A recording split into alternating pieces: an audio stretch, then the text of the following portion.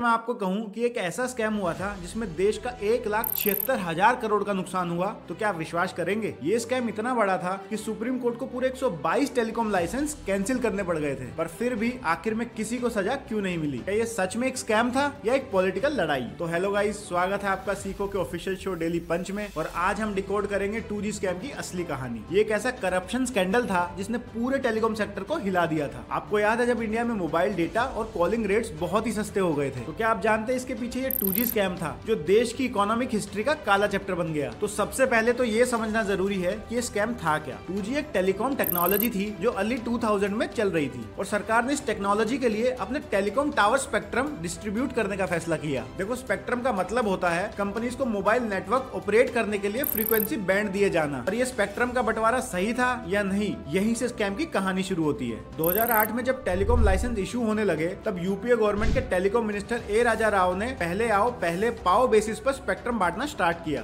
सुनने में तो ये सही तरीका लगता है, पर असली गेम यहाँ स्टार्ट होती है। ये लाइसेंस बहुत कम प्राइस पर दिए गए, जबकि मार्केट वैल्यू बहुत ज्यादा थी। ये एक तरह का रेवेन्यू लॉस था जो डायरेक्टली टैक्स पेयर्स के पैसों पर इम्पैक्ट डाल रहा था। गवर्नमेंट ने रूल्स को लास्ट मोमेंट पे चेंज किया और जो कंपनीज रेडी थी उनके लिए अलग सा एडवांटेज मिल गया। ऐसी कंपनीज को लाइसेंस दिए गए जो एलिजिबिलिटी क्राइटेरिया फुलफिल नहीं कर रही थी। एलिगेशंस आए कि बहुत सारी कंपनीज मिनिस्टर को रिश्वत देकर लाइसेंस ले रही थी। इस स्कैम का असली बड़ा धमाका तब हुआ जब कैग की रिपोर्ट आई। रिपोर्ट में क्लेम किया गया कि 2G स्पेक्ट्रम एलोकेशन से देश के लगभग 1,76,000 करोड़ का नुकसान हुआ। ये रिपोर्ट आते ही ओपोजिशन और मीडिया ने हंगामा मचा दिया और इसे इंडिया का सबसे बड़ा स्कैम कहा जाने लगा। फिर 2012 में सुप्रीम कोर्ट ने सारे 122 लाइसेंस कैंसिल कर दिए जो 2008 में इशू हुए थे। ए राजा और डीएम के लीडर कानीमोजी को जेल भेजा गया, लेकिन बाद में कोर्ट ने सबको सबूत ना होने की बेसिस पे छोड़ दिया, यानी लीगली स्कैम प्रूव नहीं हो पाया। अब सवाल ये उठता है कि क्या ये सच में एक स्कैम था या सिर्फ पॉलिटिकल लड़ाई? जहां एक तरफ ऑपोजिशन ने इसे देश का सबसे बड़ा स्कैम बोला, वहीं कोर्ट ने कहा कि स्कैम के प्रॉपर सबूत नहीं मिले। आज भी लोग कंफ्यूज्ड हैं कि सच क्या है। क्या ये एक गवर्नमेंट फेलियर था या एक प्लान करप्शन? चाहे स्कैम प्रूव हो या ना हो, एक बात क्लियर है कि पब्लिक का ट्रस्ट गवर्नमेंट पर इंपैक्ट हुआ। जब इतने बड़े लेवल पे करप्शन एलिगेशंस लगते हैं, तब आम आदमी का विश्वास सिस्टम से उठने लगता है। जो पैसा डेवलपमेंट में लगना चाहिए था वो या तो वेस्ट हो गया या किसी की प्राइवेट पॉकेट्स में चला गया। आपका क्या मानना है? क्या ये सच में एक स्कैम था या बस पॉलिटिकल ब्लेम गेम? कमेंट्स में जरूर बताइए और वीडियो इन्फॉर्मेटिव लगी तो लाइक करते जाइए।